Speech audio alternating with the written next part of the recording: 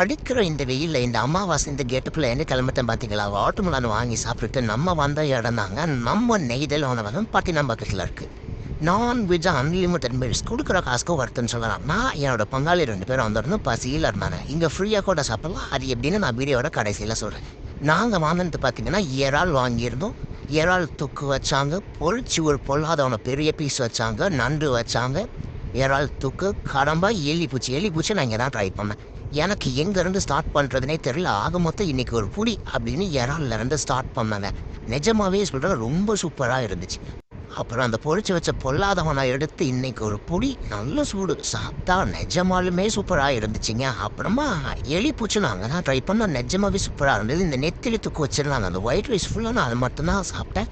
நண்டு சொல்லவே வேண்டாம், நம்மளுக்கு சும்மாவே பிடிக்க. அவங்க வேற மாதிரி டேஸ்ட்டாக இருந்தது. போதும் சொல்கிற அளவுக்கு வச்சாங்க. கடைசியாக ஃபைனல் டச் வந்துட்டு நம்ம ஒரு பன்னீர் சோடாவோட முடிச்சோம். அந்த ஃப்ரீயாக சாப்பிட்றத பற்றி சொன்னாலங்க, பாசம் வைக்க நேசம் வைக்க பங்காளி உண்டு, காசு வைக்கன்னு 2 ஃப்ரெண்டை கூத்த போயிறேன்னா அவ்வளோதான்.